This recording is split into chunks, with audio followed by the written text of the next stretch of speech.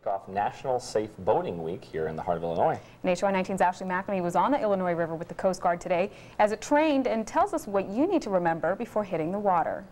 Transfer that to Army Corps of Engineers for transport. Every year as boating season begins, the United States Coast Guard brushes up on its river rescue skills. Range 200 yards. Because they know accidents happen on the water. And overboard! All the time.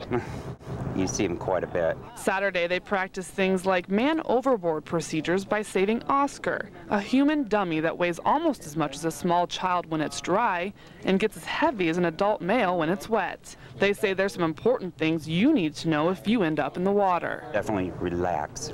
Don't panic. If somebody's around that they can get a hold of, 3 of anything. 3 sounds of a horn.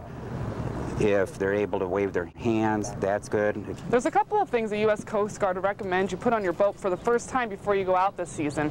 A life vest for each person you plan to take out with you, and a first aid kit along with a fire extinguisher. Just have a float plan, write down exactly where you're going to be, what time you're going to be back, how many people on board, and put that on the windshield of your vehicle. The other big thing the Coast Guard cautions against is simple: don't drink and drive.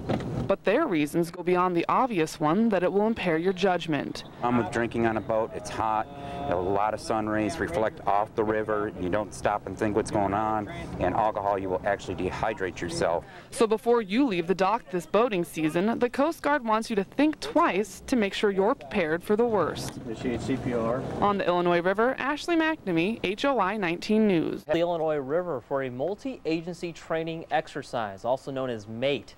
Today, the United States Coast Guard and the U.S. Coast Guard Auxiliary hosted a training seminar.